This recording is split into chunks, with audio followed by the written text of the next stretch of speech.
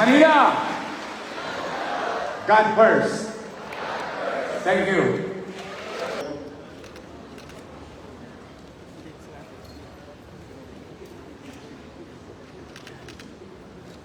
Sana magbigay ng allowance.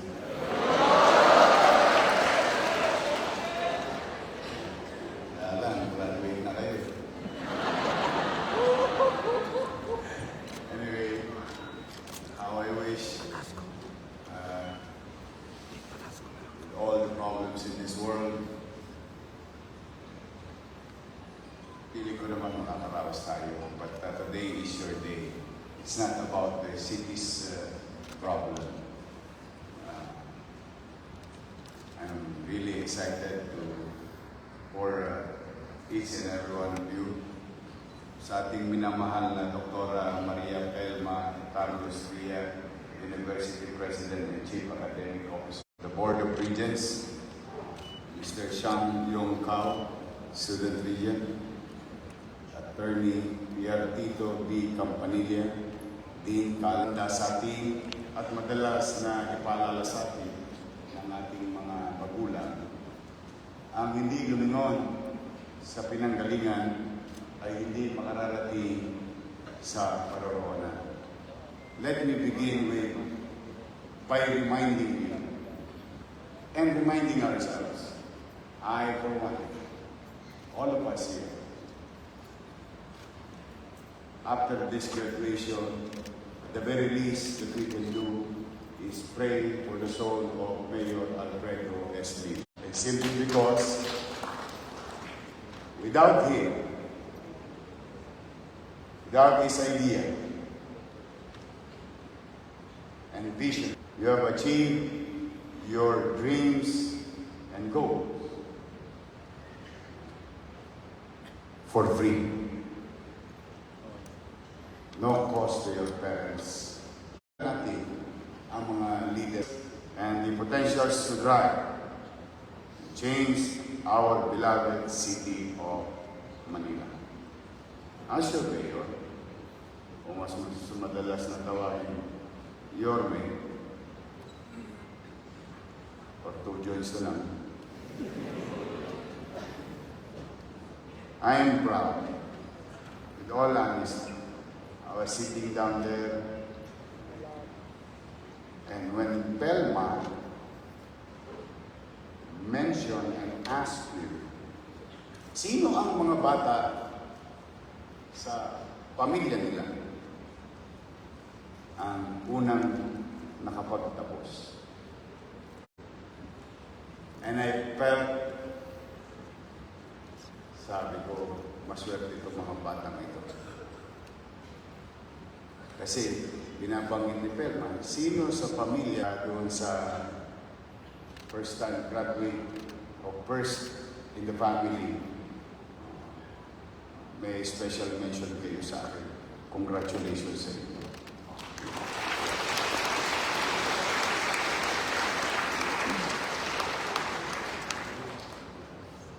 Alam niyo ba kung bakit ko naisip noong 2019 na bigyan kayo ng baon? You know the reason behind is my life experience. Alam mo, may mga bata,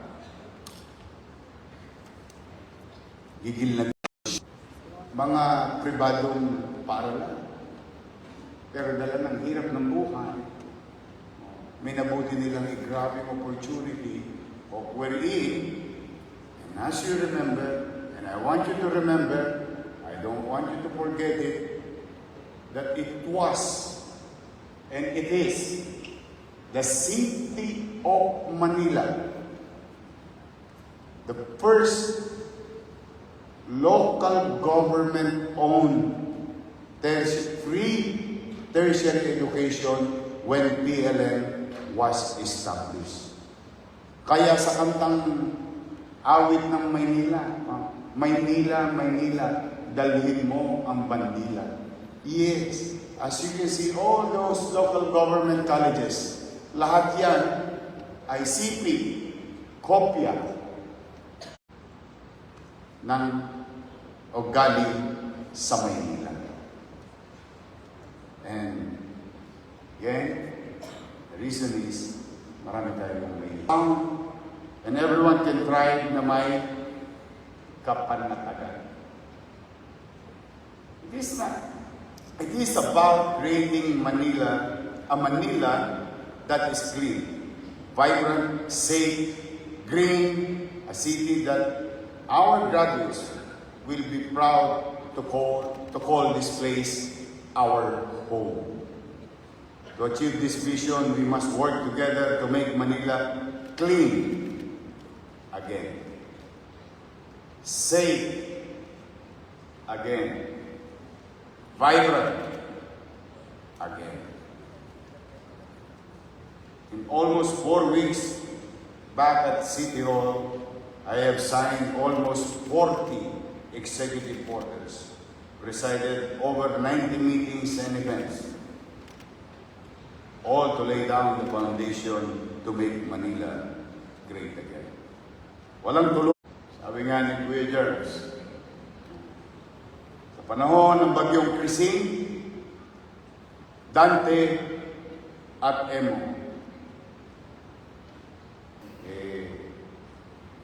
tinutukan ng kutsilyo, inagaw yung kwintas ng batang babae. And I would like to inform you,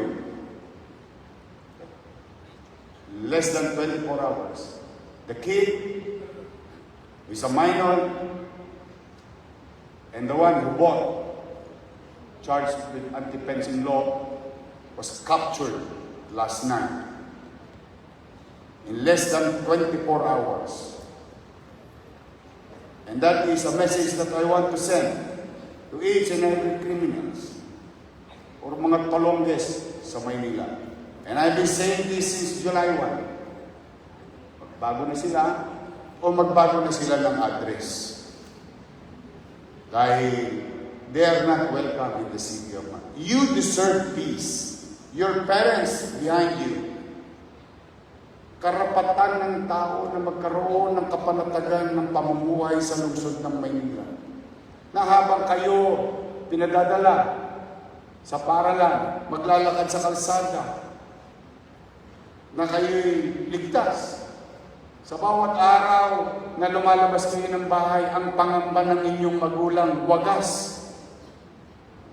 Mano ba naman na maramdaman ng inyong mga magulang? Hindi. May gobyerno sa Maynila. At the very least that we can do. Kaya again, pakisabi niyo sa mga kalala niyong tulongges, ha? Bago na kayo. Tigilan na yan. Kaya ako, hindi ako matutulog. Unless, sanay din silang walang tulugan. Sabi ko nga sa'yo, commitment. Honest to goodness, commitment. Sabi ko, pag ginawa ninyo or aspiration, mag-ari kami pamisa-misan sumasablay, but we will not lie with our shortcomings. You'll see it. In our little success, you will see it. So there's a way to do it. But again, the parents, paring lalos lahat naman kayo'y naninirahan sa Maynila, pumanatag kayo. May gobyerno sa lungsod ng Maynila.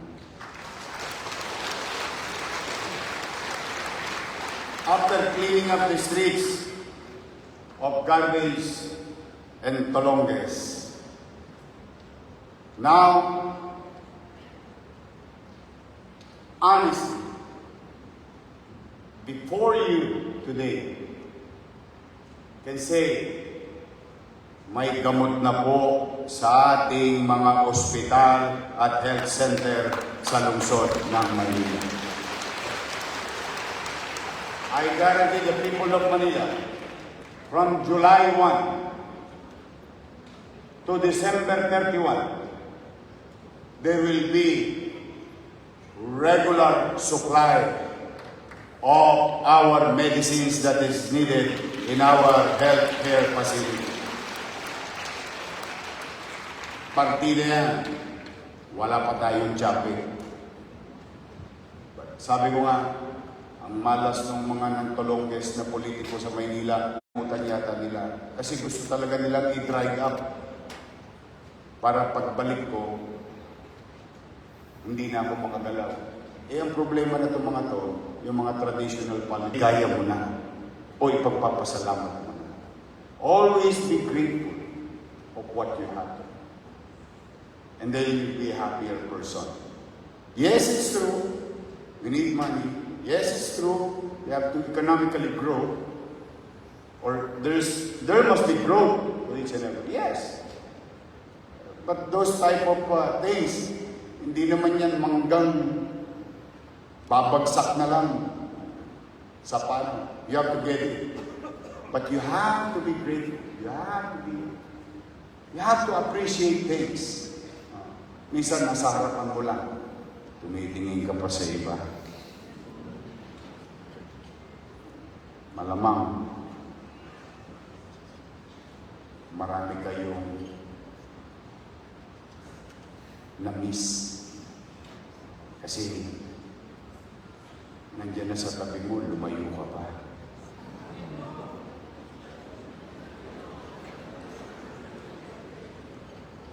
Nabibigyan na rin natin ng tulong ang mga nasusunugan. In fact, as we speak, may malaking sunog tayo sa Tondo, sa 93, sa Velasquez. Laki po na sunog. Mag-iingat kayo. At siyempre, ang mga apektado namin. Ngayon, nagsisipasukan na mga bagong negosyo. And I would like to share it to you as of today. In just 1 month, July 1 to 31, 1,164 new businesses was enrolled this month alone in the city of Manila. What is the effect of it? What is the effect of it? At the bare minimum, one job. One job. That's 1,164 jobs. And we will continue to do so.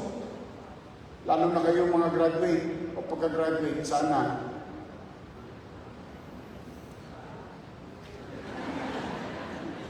That's why I'm moving heaven and earth with all honesty, liberalizing policy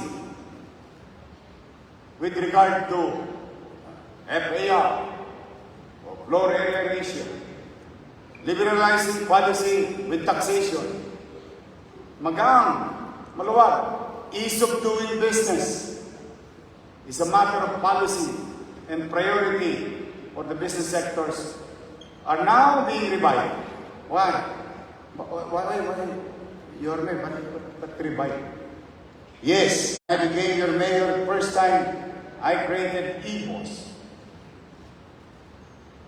And that EBOS, born, what you call, he said, very specific, you cannot solve corruption.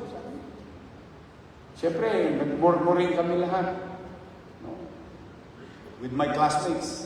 Mga classmates ko, chief ng PEMA, Federal Emergency Management, o ambassador ng Switzerland, ambassador ng New Zealand, mabibigat. Ako lang yung mukhang tulongis doon at uhugin sa klase namin. Eh, sama pa ng English ko. 75 ang grade na binigay sa akin ni Mr. Sabado nung graduate ako eh. Oh, but the thing is, he said, you cannot solve corruption. Pero yung pala'y weak. Sabi niya, you cannot solve corruption. And the only way for corruption to die, its natural course, you limit human discretion in government transaction. And that stuck in my head. And that's why when I created that system, the system we're in, people can fulfill or can gampanan yung kanyang responsibilidad sa kanyang pamahalaan. It happened. You know, that system alone generated 170 million pesos in 1 month. The entire July of 2025.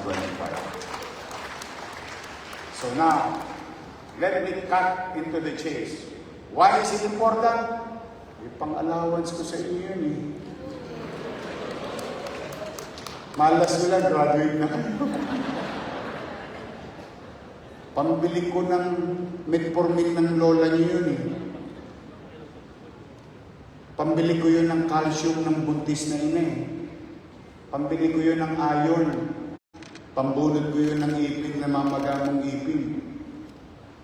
O baka may appendicitis ka, kailangan kang operahan, bibili ako ng hiringilya at benda. At sigurado naman ako magmamahal pa ang pamasahe. At sigurado ako magmamahal ang isang takal na kanin. Sigurado ako magmamahal ang pechay. Sigurado ako magmamahal ang mga bilihin. But if we, together, graduates of Manila, products of Manila, stay in Manila, who lives in Manila, works in Manila, then you'll have more savings. The more savings you have, the more chances of winning. Parang rapol lang yan. Kaya, naiwasan na, unti-unti. A lot of people will claim about anti-corruption. Never niyo akong narinig. Ay, basta ako pag minahuli akong kinokonyatan ko agad, one strike policy. But I always try to create a system to limit as pakitid ng pakitid ang daanin ng mga makakating kamay sa City Hall, or what you call institutionalized. And when you put it there, a system, at the end of the day, the only challenge now is a leader in a position like mine, lagi tayong manalangin na sana pare-pareho kaming mindset. Kailangan ng pera na ibubuslo sa kaban ng bayan. Hindi sa bulsa ni Eddie at Papi. At by this time, kilala niyo naman na si Eddie. Kilala niyo ba si Eddie? Eddie sila. Si Papi. Pati mga kasama ni Eddie. A clean city is not just about aesthetics. Again, dito marami nagkakamali sa akin. Akala nila, nyangga-nyangga lang, cutex lang. No. A clean city is not about aesthetics. It's about health, dignity, and pride. It is our responsibility to ensure that our streets are free from waste, our sparrows are clear, and our air is fresh. Future leaders in engineering technology, health sciences, and law enforcement, you have the tools to innovate solutions that can help management of waste and promote sustainability. Let your creativity lead the way in finding new methods or advocating for social justice. Each of you has a role to play in making Manila great again. Safety is the paramount in our efforts to make Manila great again. A city free of crimes is essential for the well-being of its citizens. As graduates of law-related courses, you have the unique opportunity to uphold justice and advocate for a safer environment. I encourage you to engage community programs, work with local law enforcement units, and promote initiatives that promote peace and security. Sa tulong ninyo, marami pang iba at mga kasama natin. Together, we can build a Manila where families are safe, or they feel safe. Business can thrive, and everyone can enjoy life without fear. Yan, kalinisan, kaayusan sa bawat sulok ng lungsod. At higit sa lahat, may kapanatagan. Piyay-piyay lang. Hanggat kaya ko unatin yung goma, we will build more open green space in the city of Manila. It is imperative that we prioritize sustainability in every aspect of our lives. I urge you to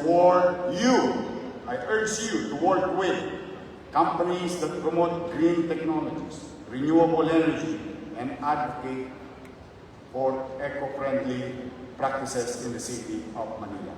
Together, we can ensure that Manila not only survives, but flourishes in harmony with nature.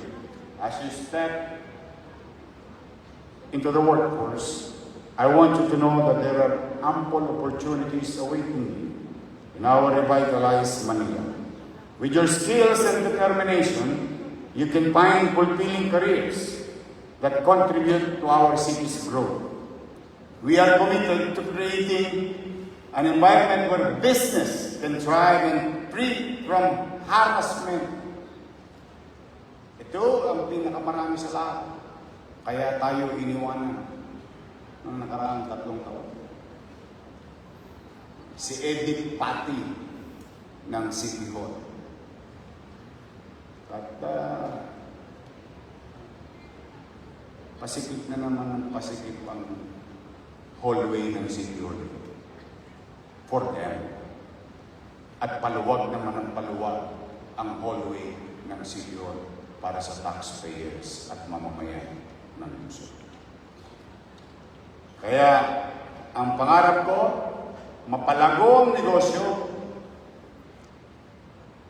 lumawak ang hanapbuhay so that we can create opportunity for our kids today, graduates and products of pre-tertiary education owned and operated by the city government of Manila. In closing, I want to remind that the future of Manila lies in your hand. Kayo ang kinabukasan. Kayo ang susunod pagtapos namin. That is inevitable. Time will catch up naturally. But you will be future leaders and parents. Baka nga iba sa inyo dito, tatay na. Baka nga iba sa inyo dito, nanay. You will build your family inside the city. You will be the next teacher. You will be the next lawyer. Maybe policeman or engineer. I want you. I want each and every one. Use your education, passion, and you can help us. I cannot, with all humility and accepting my weakness, I cannot do. Kayo mataranta, huwag kayong matakot. We will fail.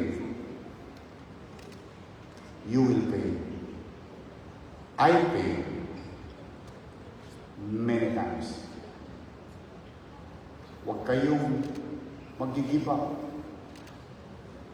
Huwag niyong ipaagaw ang pangarap niyo.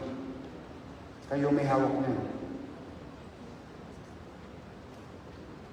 It is not about how many times that you fail. Ito personal kong tagubilin na. Maraming beses kayong madadapa. Yan ang realidad ng Biblia. Hindi mo dapat bilangin yung dami ng pagkakadapa. Ang kailangan mong isa puso at isa isip, ilang beses kang babangon. Kasi walang makakaawat sa iyong bumangon. Ikaw ang gagawa niya. Don't look at me today as your mayor. Uy, successful na si Kois. Ang tanongin ninyo, what happened between point A to point B? Where I started and the B that you're seeing today. What happened in between? And that is reality of life. You will face objection, rejection, failure. But you must continue to move on. Move forward. Pag na-break ka ng shota mo, palitan mo agad.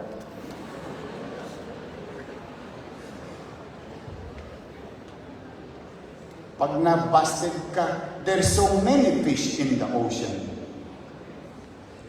If you were rejected into your first job interview, there is more HR department that you're going to see and meet. Baka yun pa yung susunod mong kabiyak sa buhay, yung HR director. So, I want you to accept it today. I may fail, but if failure came or come, and it's inevitable, hindi niya ako kayang pigilan. Tutok din ko ang aking pangarap para sa sarili ko at sa aking magulang at pamilya. Ang lahat ng bakokang sa inyong mga tuhod, dala ng pagkakadapa, ay ala-ala ng kamalian. Use it as a tool and as a symbol that you are reminded of your failures. And that failures teaches you something that you can utilize the next day, the next week, the next month. Kaya, mga bata, steady lang kayo sa candy, ha? Chill-chill lang. Relax lang tayo. Ha? Focus. Hold on. Anchor to your dreams and aspiration. Don't let somebody steal your dreams. It is your life. Your life alone. It is you who will make it. Good thing if you have members of your family with you. You have brothers and sisters, friends. Good. They are part of life. But you alone, you and only you, can make it. Yung iba, betching na lang. Pampasarap sa buhay. So, mga batang graduates, sabay-sabay tayo tumayo. Maaari ba? This is our simple token of our gratitude. Let's do this for our teachers and professors. Kahit na di palakon ang grado nyo, ipinasa pa rin kayo.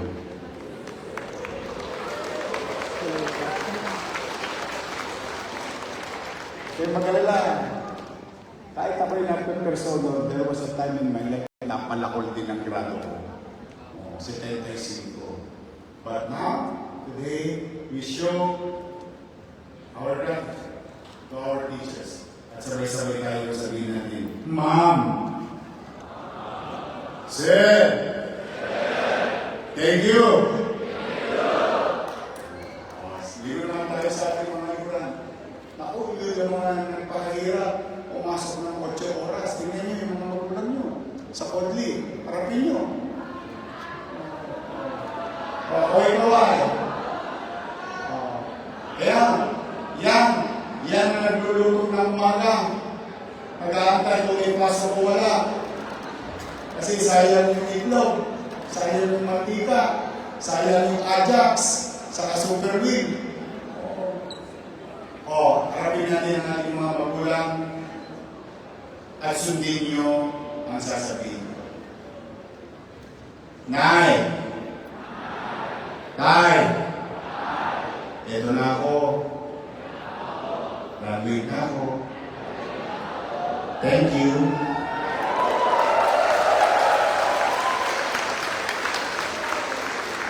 Our parents, sabay-sabay. I love you.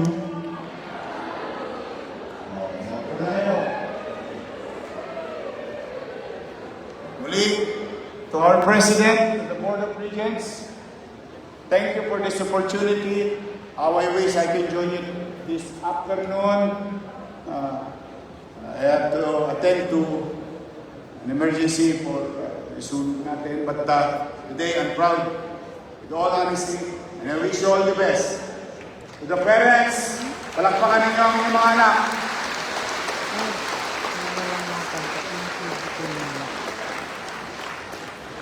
And I wish to all of you here, pagpalain nawa kayo ng buong may kapal. Maraming salamat sa inyo.